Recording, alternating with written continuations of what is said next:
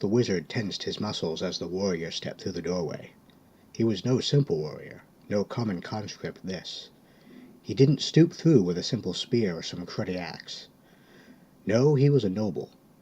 His weapon was a sword, not forged by some simple village smith who specialized in nails and the shoeing of horses.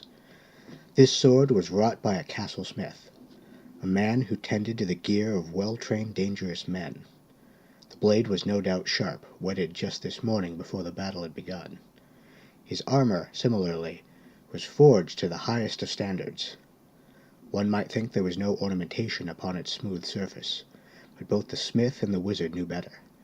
Detail was this mage's specialty, and even at this distance, the steel of the plates, strapped together by dark leather, each had a personality of their own. It was not the thing the mage would have worn if he had worn armor. His would have been gaudy, filled with swirling patterns and impressive-looking bits of metal sticking off. It would probably have gotten him killed. Fabric was so much nicer. "So, you've arrived," the wizard yelled, as if he knew this warrior was coming all along. Truthfully, he'd have rather the man had been killed in the carnage outside. The man instantly widened his feet in a defensive stance. He looked through narrowed eyes at the wizard. All that separated wizard and warrior was a long hallway, speckled with columns, statues, and a great chasm. The wizard stood on a pedestal in the middle of this cavern, behind an ornate bridge which connected it to the main structure. The noble pointed his sword at the wizard and launched into a self-righteous tirade, probably angry about someone the wizard had killed or stolen from. Or, come to think of it, probably both. He let the man go on for a minute while he stared at his nails. It appeared he had accumulated a bit of dirt under them. Strange, he didn't remember doing any work to warrant that. Oh well. He extended his hand while the warrior was in mid-sentence. Suddenly the statues lining the hallway jerked to life. Jerky, heavy movements were accompanied by grating sounds as each human-like effigy in stone stepped off its pedestal and lumbered toward the nobleman.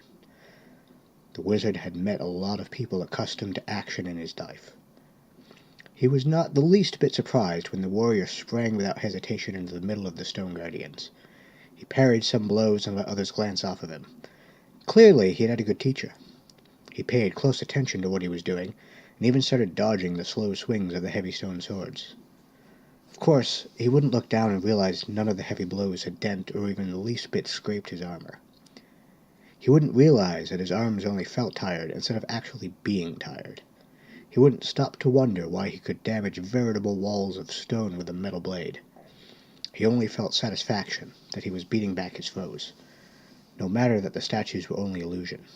Quite good ones, if the wizard said so himself, which he did quite frequently. He was being careless with a few of the details here and there, much like the pristine armor, but the warrior wouldn't notice.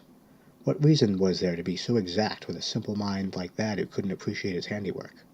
Craftsmanship. Yes, that was a good reason. He did take pride in his art. Why should he invalidate all the effort he put into learning his craft if he wasn't going to apply it fully? The wizard looked at his nails again.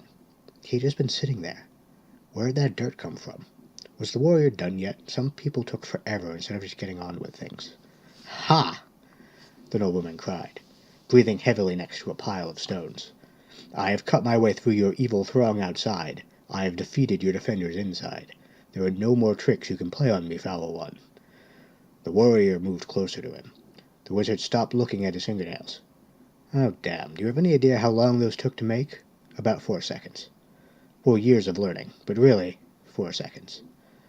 The warrior was far too caught up in his tirade to even care about or notice the bored tone the wizard had used. Again, not very good craftsmanship, but he just wasn't feeling it today. "You have shamed my family one time too many, wizard. My sister is deflowered and unmarriageable. My brother lies dead at the foot of your tower, but I have come to claim revenge. There was more. There was always more. Even if the warrior had killed him, he would have talked over his corpse. Then he would have told the tale again and again. Someone would write a song about it, and then they would travel. Before long, people who had never even heard of any of them would know the tale. Of course, none of that was going to happen. Mainly because the warrior had stepped onto the bridge connecting the tower's entrance to the stone island in the middle of the chasm. The bridge, not being real, had completely failed to support him. There was a bit of a scream as the man fell, but it trailed off eventually. The wizard leaned forward and put his hand around his ear to hear the crashing sound as the noble hit the hard stone at the bottom. It was depressing how often it worked, really. Maybe that was why he was getting lazy. He put all his craftsmanship into everything he did. But he could make that bridge look like any old pile of rock, and it would still work. The wizard sighed. Oh well. At least it was an illusion they could appreciate, if only for a few brief seconds.